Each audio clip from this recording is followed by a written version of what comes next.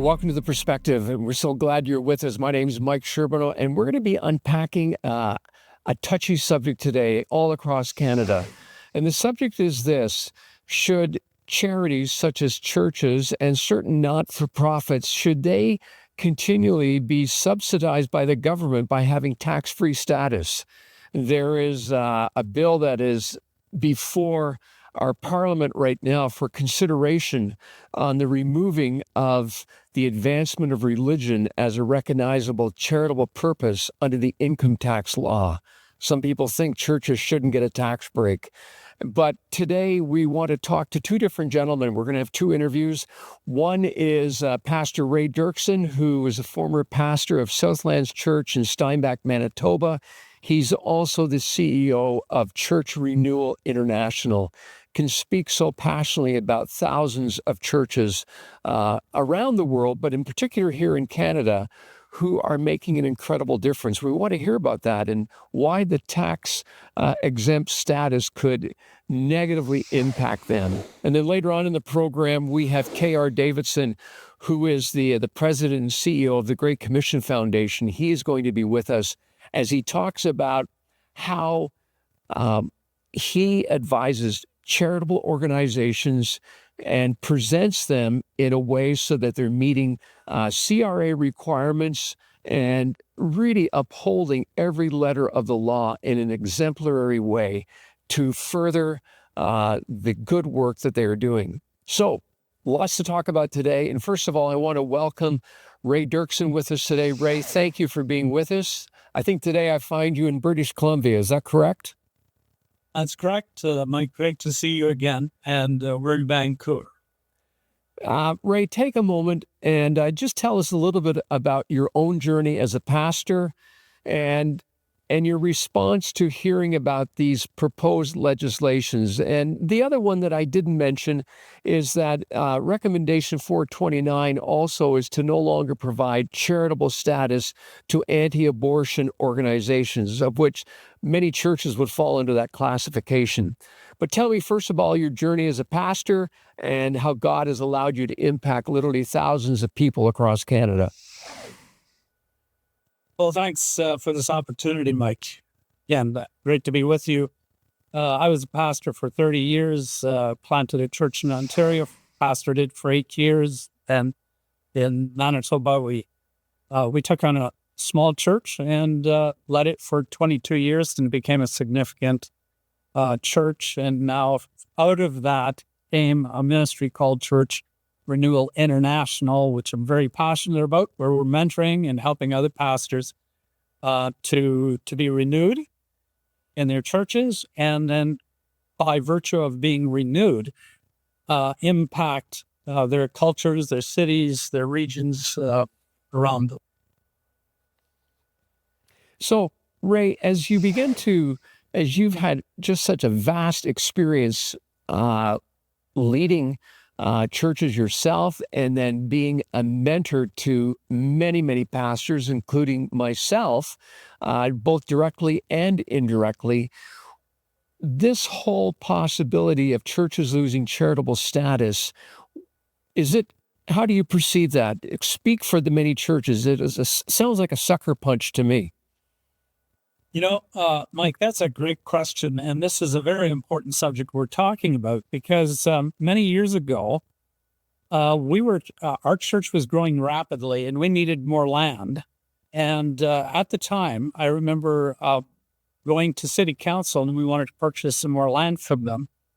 And there was some resistance from a number of council members, not in a negative way, but they just didn't see the rationale behind getting behind churches and the value that churches are to a community.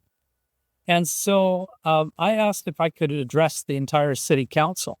And I spoke to them on the value of the church to the community. And in that presentation, I talked about what has become known as the halo effect. And the effect that the value that a church brings to a city, to a community, to its region.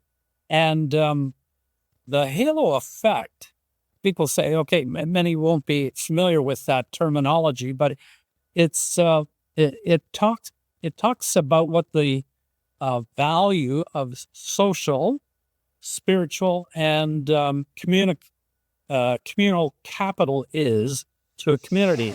So Cardis, a think tank in Canada, following the lead of some research in the US, did some studies on the value, the economic value of churches to their city or their region or the community.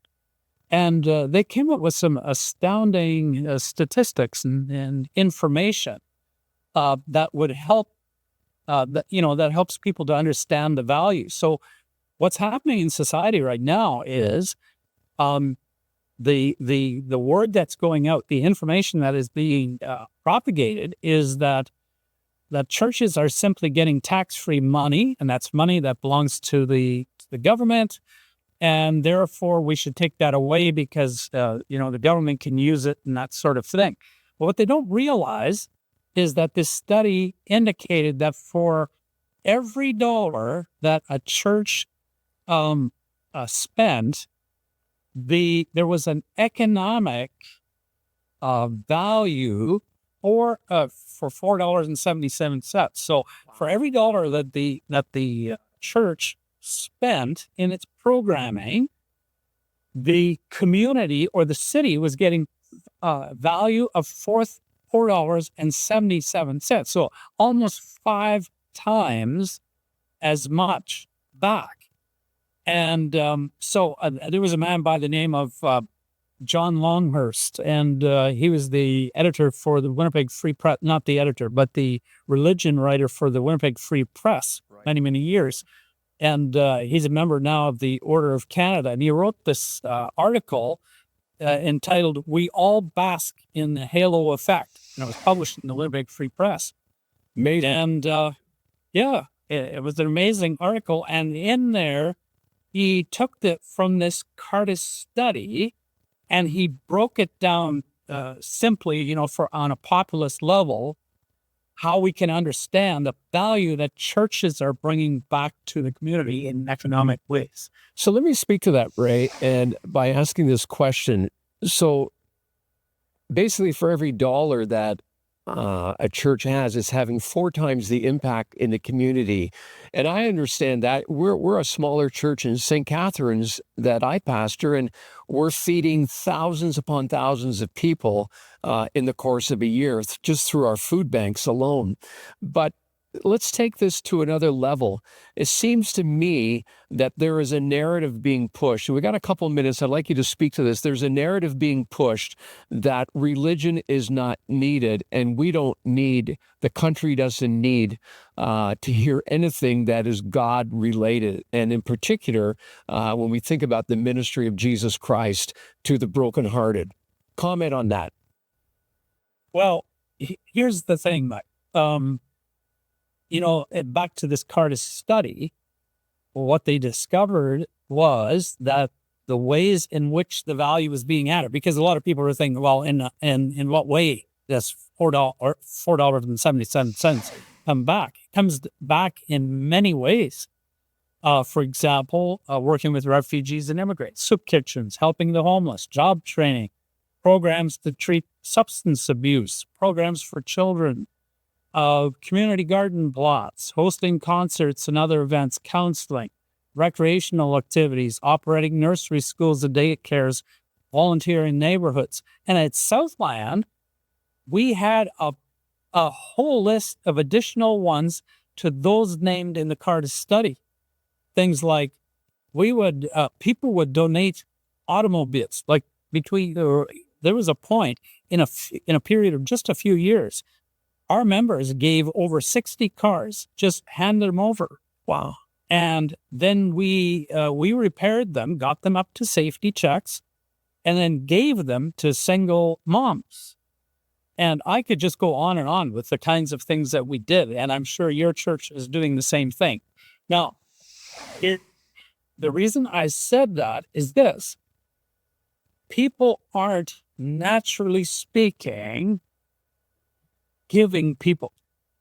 And even the studies bear that out. Those that attend, religious institutions, attendees, not necessarily just churches, but those who attend religious institutions give in finances and in volunteer time much greater than those that don't. For example, in finances, they found out that those that attend were giving 5 times as much per year in finances than those who did not attend. Amazing. Yeah, it's amazing. But now here's my point.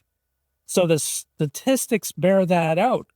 So here's the point. The government is saying, if we advance religion, then they shouldn't be exempt in their charities. But wait a minute, it's exactly our religion that teaches us that we should give. That we should give financially, that we should give of our time in volunteering. And so, they're cutting the limb on which where this whole thing sits. And so it's very important. Ray, we got 1 minute left. Give me your final thoughts on this whole matter that's before us. Well, back to the Cardis study, Winnipeg, they said, and John Longhurst reported this, $1.5 billion was the value. Vancouver's 1.6, Montreal 2.1, Toronto $6.7 billion worth of value that comes for free, 5 times what's exempt is coming back to the community in the city. So it doesn't make sense to remove this exemption and remove churches from their charitable status. I just appreciate how you've articulated that so much. KR Davidson is going to be our guest in the second half. I know you're good friends with KR, and he's going to bring a slightly different perspective to give us some greater insight into this whole matter. But Ray, thank you. Thank you for all that you've been doing, for how you continue to invest in the church in Canada, and the impact that you are making as you follow after the example of Jesus himself. We appreciate you so much. Thank you. Mike, thank you so much. Thanks for doing this. We appreciate you as well. God bless you. And we're going to be back in just a moment, friends, as you're watching The Perspective.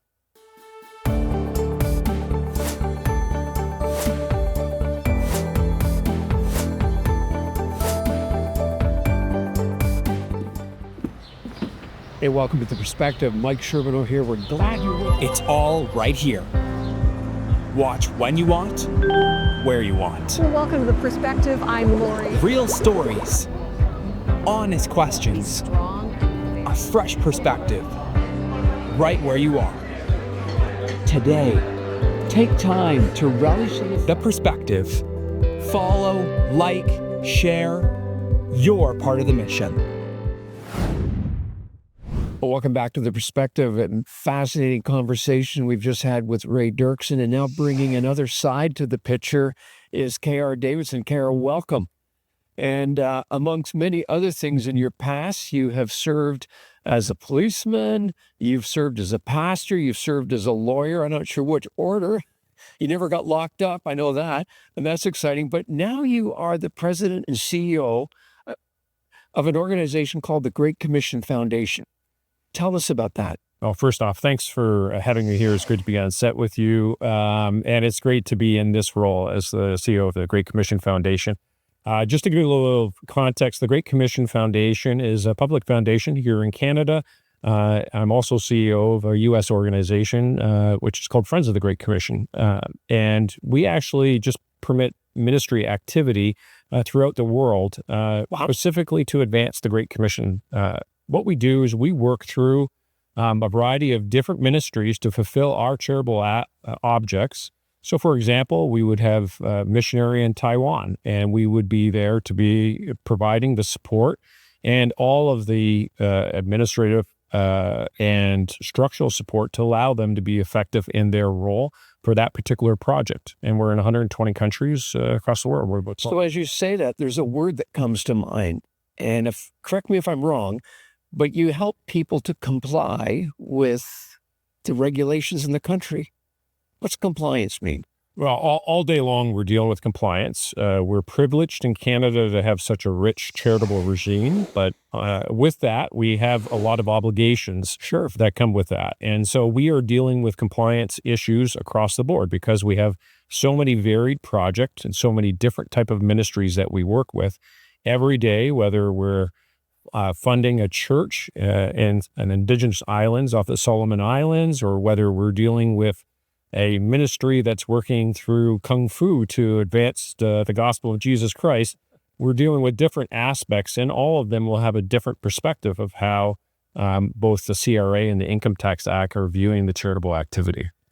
And some of those organizations would have been what Ray was referencing as well in making, in particular, an impact here in Canada. Is that not correct? Well, all day long, that's our joy. Joy is seeing the impact that rolls out societally. And I think that this is the Great Commission, is to disciple all nations. It's a transformative effect. And it's an absolute joy. I'll just give you a snippet. I just updated our board recently of one of our missionaries that took place in repatriating 9,000 human trafficking victims. And when I looked at the photo, I go, where are the women? And we wrote back to the ministry just asking for more information. And it was 9,000 young men, most of just graduated from university or college, that got caught up in trying to find a great job in cryptocurrency or something to that effect, and were brought to Myanmar under gunpoint and had to effect scams, etc. That's just one of the many stories that come out of the ministry activity that we're connected with. What an amazing, amazing story. Yeah. Talk to me about these two recommendations that we've been referencing, Recommendation 429 and Recommendation 430. What is a recommendation? What does it mean that it's be for the government right now? Yeah, so a recommendation comes from the various committees that are set up by Parliament, by the legislature. And in this case, this was the Finance Committee that had a series of recommendations that were to be incorporated or considered for the upcoming budget. Of course, we know that the government ceased to operate under Prime Minister Trudeau. And normally when you see something advanced of this sort that is preliminary in nature, usually it might be captured in a draft bill and it would die with government. But recommendations that are going into budget don't die with the government. And so we're seeing that this is carrying on. And now the Department of Finance has a mandate to investigate this and to see if there's any validity to these recommendations. So from your perspective, what is your concern? Wow, it's a wholesale concern to be able to see something recommended, both against Recommendation 429, which is really hiving out one particular aspect of charitable activity and sort of politicizing, and that's against the anti-abortion not-for-profit organizations. And then you see Recommendation 430, and I think I'm just perplexed to see something like this. Yeah. I can understand that society might be shifting with regards to a faith-based narrative. In fact, I actually think it's shifting back. But to see that there's a recommendation that charities no longer are able to advance religion as a charitable object, like we're looking at undoing hundreds of years of both law and custom and just the societal value in charitable activity. Well, I think what Pastor Ray was talking about and the incredible benefits that churches are in the community, even though a lot of people think, well, you know what, that's just Sleepy Hollow over there. Not so. Well, it both current and historically.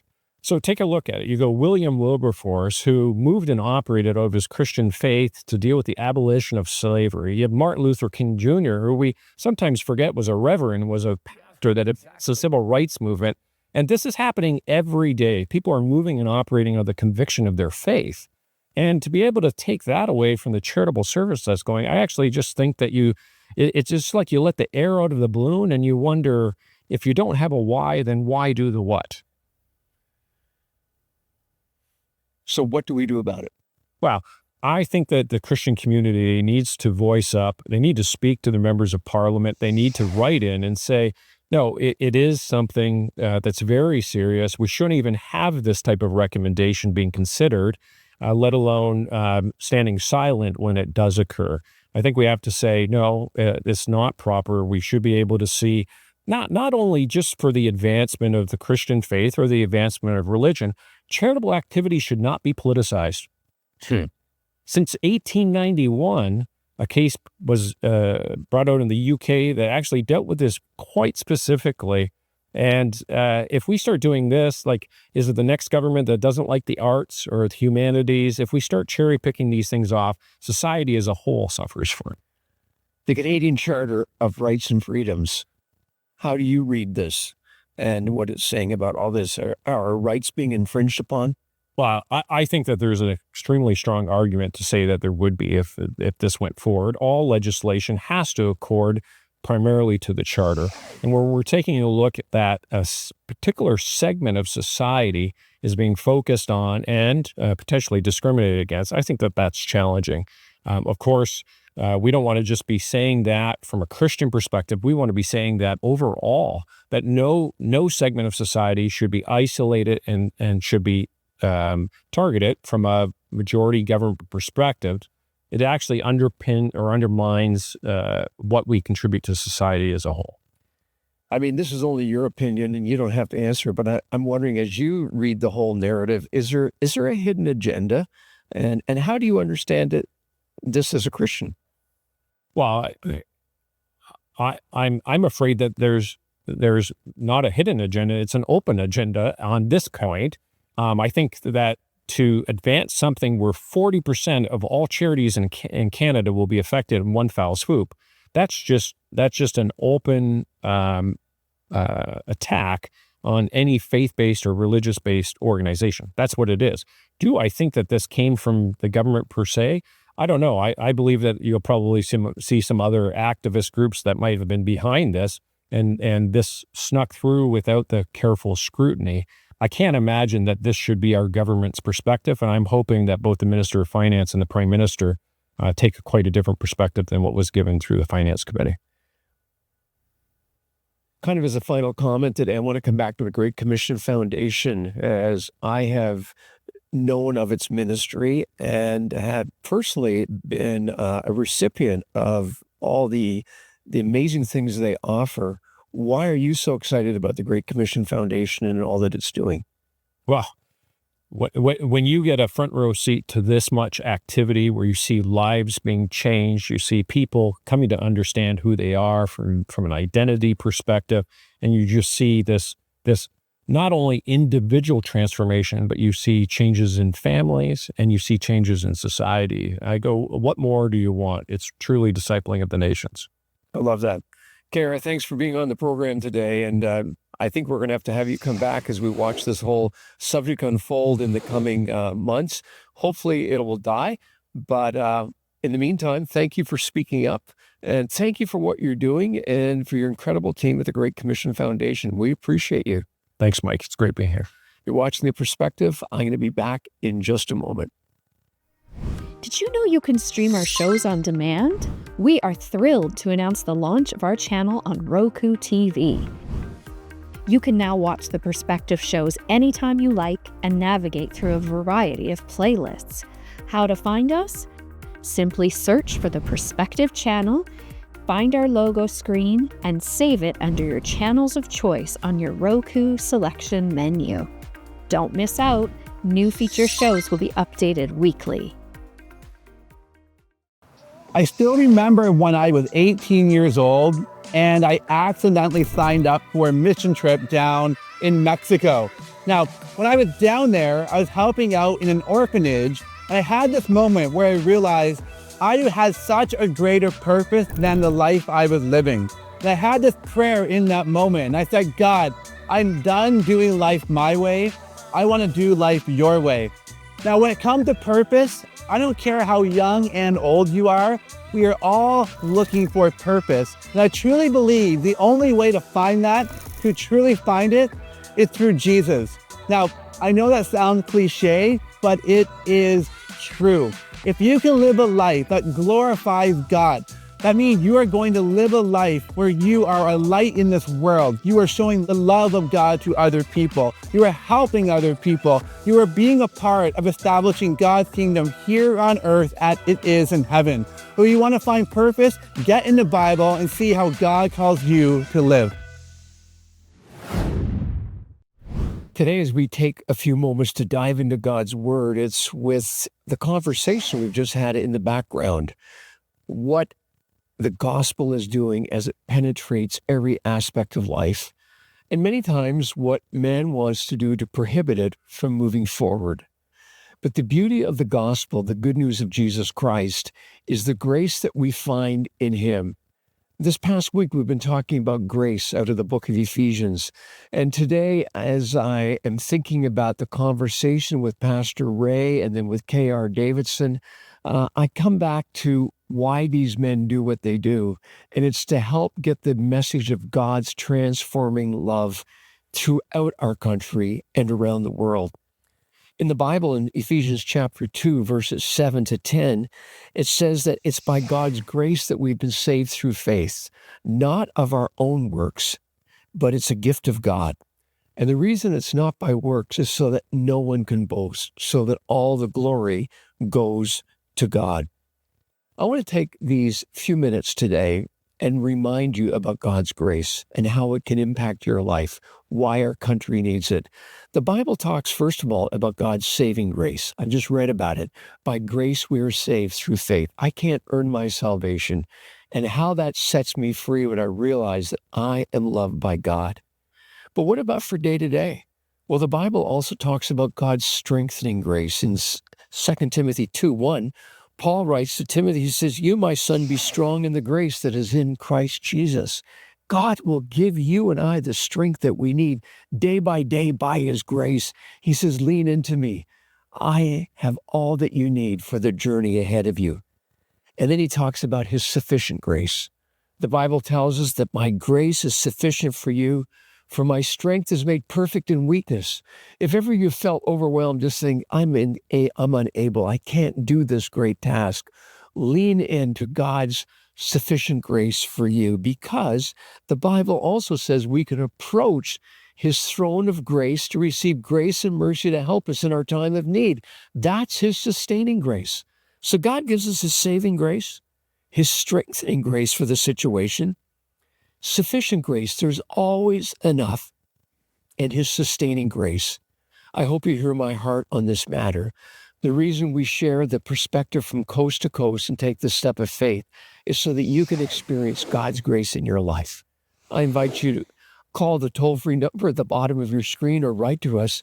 Nothing more would give us greater joy than telling you how you can experience God's grace. Ask him today, and he will pour it out on you.